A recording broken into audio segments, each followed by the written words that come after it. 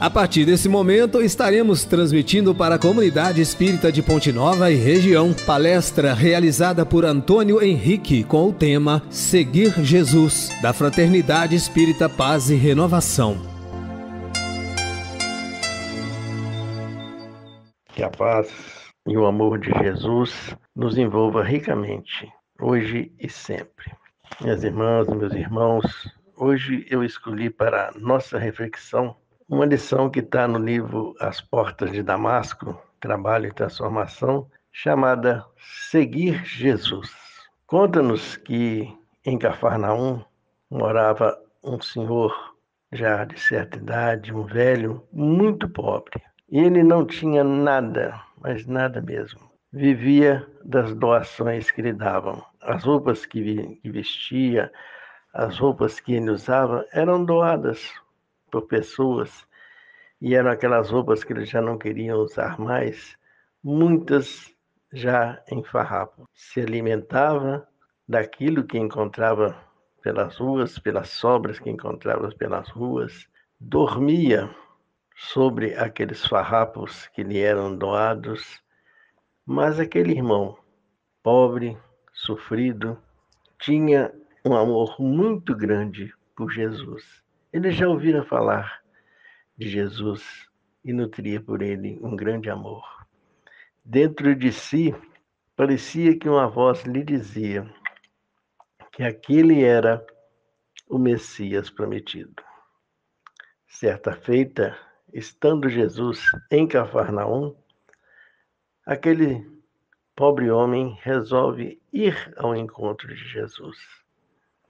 Mas encontra uma grande dificuldade, pois uma multidão se acercava do Mestre, fazendo diversos pedidos, curas de doenças, ajuda, pedido de ajuda, de socorro.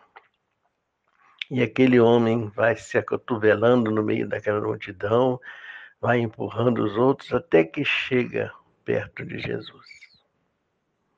Jesus, sentindo aquela vibração de amor naquele homem, vira e lhe pergunta: o que desejas que eu te faça? E aquele homem diz a Jesus: desejo apenas segui-lo. A multidão se assusta.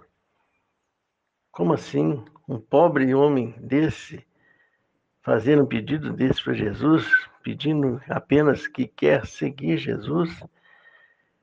Ele que podia pedir qualquer coisa, pedir cura, ajuda, que saísse daquela dificuldade, mas não, ele pede apenas para seguir Jesus. E o mestre, olhando para ele, lhe diz: segue-me e ganharás o reino do céu.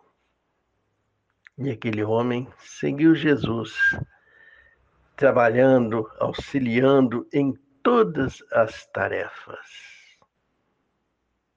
Olha, meus irmãos, que lição, né? Que lição boa, que grande reflexão para todos nós, né? Um ensinamento muito rico esse. Mas antes de nós prosseguirmos com as nossas reflexões, eu gostaria de deixar uma pergunta para que vocês, ao longo das semanas, ao longo dos meses, possam se perguntar o seguinte: se estivesse de frente agora a Jesus, perante Jesus, igual aquele pobre homem, o que pediria a ele? Qual o seu pedido a Jesus? Seria de ajuda, de cura de doenças, ajuda financeira, melhor emprego? Ou seria dizer a Jesus que apenas quer segui-lo? Deixo com vocês essa pergunta que eu também estou fazendo para mim, que estou aqui refletindo junto com vocês. Primeiro eu estou fazendo essa pergunta para mim e repassando para vocês. Vamos refletir nessa pergunta, né? Ainda mais agora que é o mês de dezembro, o mês que nós comemoramos o aniversário de Jesus. Vamos fazer essa reflexão conosco. se estivesse em frente a Jesus agora, o que eu pediria para ele? Mas voltando à nossa reflexão, aquele homem, pobre homem, pede a Jesus que queria apenas segui-lo. Aquele homem demonstra que é um ser humilde. Aquele homem demonstra que já está praticando a primeira bem-aventurança. E como diz Richard Simonetti, é a condição fundamental, a primeira bem-aventurança. Bem-aventurados os humildes ou pobres de espírito, né? Que deles é o reino dos céus. Muitas vezes a gente confunde essa humildade, essa pobreza, como um ser pobre mesmo. Que humilde é aquele homem, aquela pessoa que não tem nada, que vive da caridade alheia, que vive necessitando, mas não. A humildade decorre das atitudes do nosso comportamento. E a atitude daquele homem, ao se dirigir a Jesus, demonstra a humildade dele, demonstra o ser humilde que ele já era. Mas ele também pratica a segunda bem-aventurança, ou seja, bem-aventurados os aflitos, porque serão consolados. Passando por tudo que aquele homem estava passando, como relata a lição, necessidade, vivendo da caridade alheia, maltrapilho, se alimentando das sobras que encontrava pela rua, dormindo ao relento, ele não se revolta. Dentro de si não havia revolta, e sim amor. O amor pelo Cristo, por Jesus, que ele nem ainda tinha visto, só ouvira falar. É um homem pronto, é um espírito pronto. Anota Mateus, no capítulo 8, que quando Jesus terminou de fazer o Sermão da Montanha, ele desce e vem atravessando a multidão, um escriba se dirige a ele dizendo o seguinte: Mestre, eu te seguirei aonde você for. Olha as palavras do escriba. O escriba, um homem que tinha conhecimento, frequentador do templo, da sinagoga, estudioso da lei, chama Jesus de mestre. Demonstra respeito, né? Se dirige a ele respeitosamente. E recebe de Jesus a seguinte resposta: as raposas têm suas tocas, os pássaros do céu têm seus ninhos, mas o Filho do Homem não tem aonde repousar a cabeça. Aquele escriba deve ter ficado meio perdido, né? Porque só isso que Jesus diz para ele. Nós também, quando lemos isso, ou ouvimos isso, a gente fica meio perdido. O que é isso? O que Jesus queria dizer com isso? As raposas têm tocas, os pássaros dos céus têm seus ninhos, mas o Filho do Homem não tem aonde repousar a cabeça. Jesus quer nos dizer com isso que para segui-lo, dentro da proposta feita, do pedido feito pela escriba, para segui-lo nós não podemos nos acomodar. Não há acomodação na hora que você vai seguir Jesus. Não vai haver descanso. Avisa ele, olha, para me seguir, você vai ter que estar disposto. Não vai haver descanso. Você tem que estar preparado. As coisas vão acontecendo, as necessidades vão aparecendo e você vai ter que estar preparado. E aquele escriba ainda era um homem muito orgulhoso. Os escribas eram pessoas orgulhosas demais porque se achavam detentoras de todo conhecimento. Mas uma coisa a gente tem que analisar friamente também, que o escriba se dirige a Jesus após o Sermão da Montanha. Ou seja, ele ouviu o Sermão da Montanha e ele estava extremamente empolgado, extasiado com aquilo que ele escutou. Assim como nós, muitas vezes, nós temos uma empolgação muito grande. Temos um primeiro contato com os ensinos de Jesus, às vezes nos despertamos para essa ou aquela religião e nos sentimos empolgados. Uma grande empolgação brota dentro de nós. A gente quer transformar o mundo. Nossa, achei o que eu queria. É isso mesmo, é verdade, tudo isso. Não, eu preciso fazer alguma coisa, mas tudo é empolgação, feito na base da empolgação. Nós apenas adentramos aos ensinamentos do Cristo. Não deixamos que os ensinamentos do Cristo entrem dentro de nós. E para seguir o Cristo é preciso o inverso.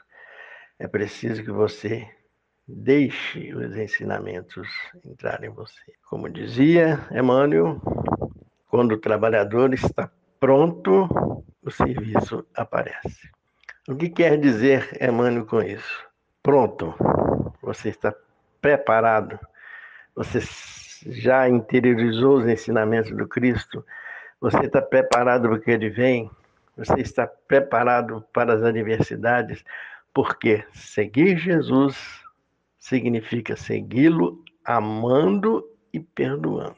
Amar ao próximo como a si mesmo. Fazer ao próximo aquilo que gostaria que fizesse a você mesmo. Vamos amar, vamos ser criticados por as atitudes que estamos tomando, pelo trabalho que estamos fazendo, e temos que perdoar. Saber que aquelas pessoas ainda não sentiram dentro de si o mesmo que você está sentindo nos ensinamentos de Jesus. Nós vemos exemplos muito bons dentro do Evangelho, onde Jesus diz a Pedro: venha, que eu te transformarei em pescador de homens. Jesus prepara Pedro para o futuro. Durante toda a jornada aqui encarnado, após pegar os discípulos, Jesus prepara Pedro para o futuro. E quando Jesus desencarna, Pedro assume as tarefas que lhe eram competentes. E em determinado momento, Pedro vê que o trabalho é incessante, exaustivo, começa de manhã na casa do caminho e vai até tarde, e aquilo teve dias que Pedro não aguenta mais.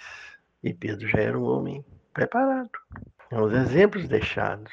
Maria de Nazaré também, após a partida de Jesus, depois de um certo tempo, ela começa a atender na sua casa e aquelas filas imensas dentro na porta de sua casa, e ela atendendo de manhã até de noite, sem cessar. Maria de Madalena, após a conversa com Jesus, após a sua conversão, a sua mudança, ela segue Jesus até o final. E após a partida do Mestre, ela se sente sozinha, ela se sente vazia, porque os apóstolos não deixaram que ela o seguisse. Os apóstolos não tinham confiança em Madalena e foi preciso que ela perdoasse aquelas atitudes. E certo dia, numa praia, em Cafarnaum, aparece lá um grupamento de leprosos à procura de Jesus, e ela diz para ele: olha, o Mestre já se foi.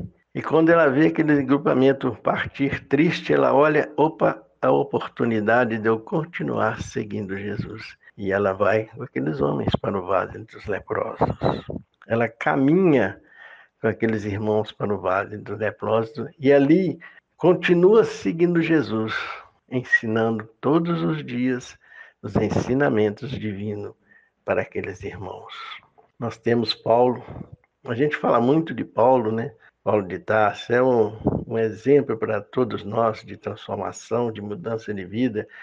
Mas antes dessa transformação, lá atrás, Estevão, apedrejado, que estava já moribundo, em cima, quase já desencarnando, disse a sua irmã Abigail que não tivesse raiva de Paulo, porque Paulo havia sido fiel e era fiel a Moisés, que quando ele conhecesse o Cristo, ele também seria fiel ao Cristo.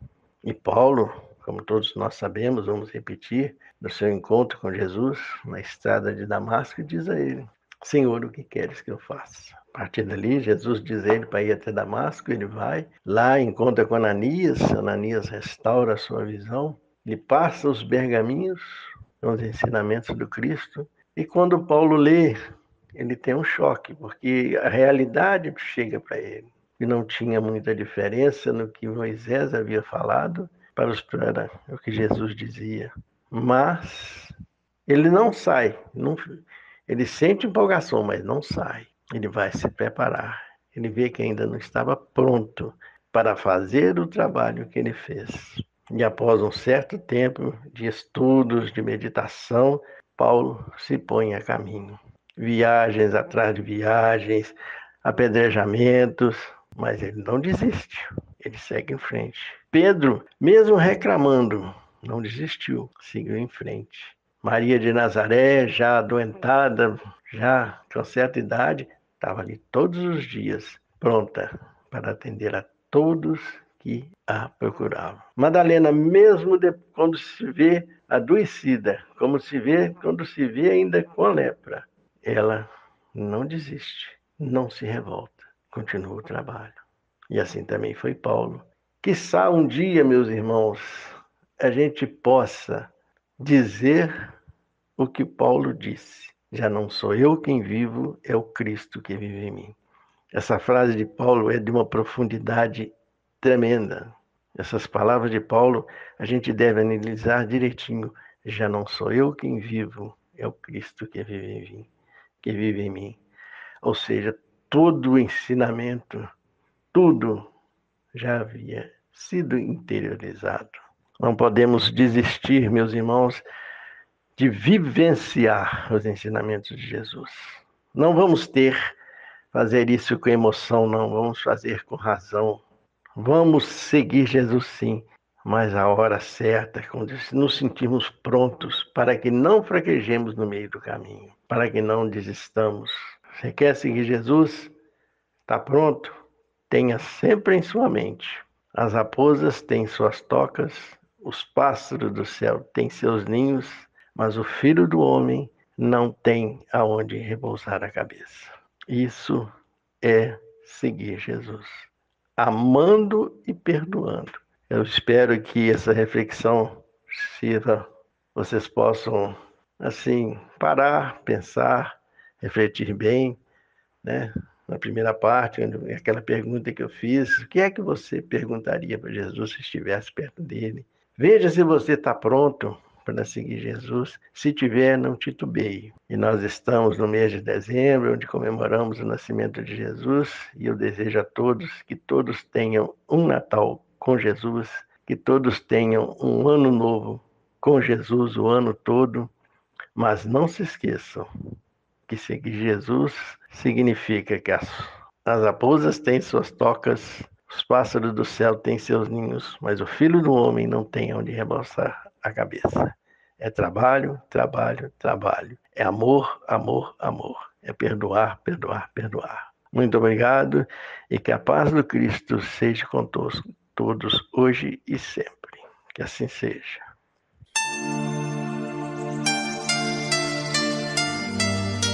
Termina aqui a palestra da Fraternidade Espírita Paz e Renovação. Boa noite.